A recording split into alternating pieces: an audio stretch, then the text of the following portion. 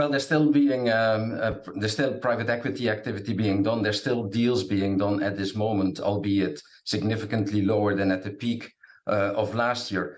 But the private equity industry has shown over and over again that actually during times of economic uncertainty coming out of recessions, private equity has actually delivered the best returns, better than fixed income, better than public equities. And so we expect the same to be happening also during this cycle, that coming out of this cycle, private equity will post actually the better returns versus alternative investments. What needs to happen in terms of the industry just making itself a little more transparent here to investors, Christophe? Because the Biden administration has talked about introducing legislation around this. Last year, we saw this huge California Public Employees Fund basically selling out of its private equity positions at a significantly reduced price compared to the manager's own valuation of that operation, which again raised some flags around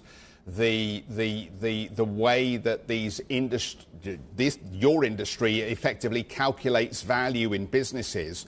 So even as you think we get an improvement in private equity business going forward, are we also going to have to see an improvement in the way that the industry makes itself more transparent?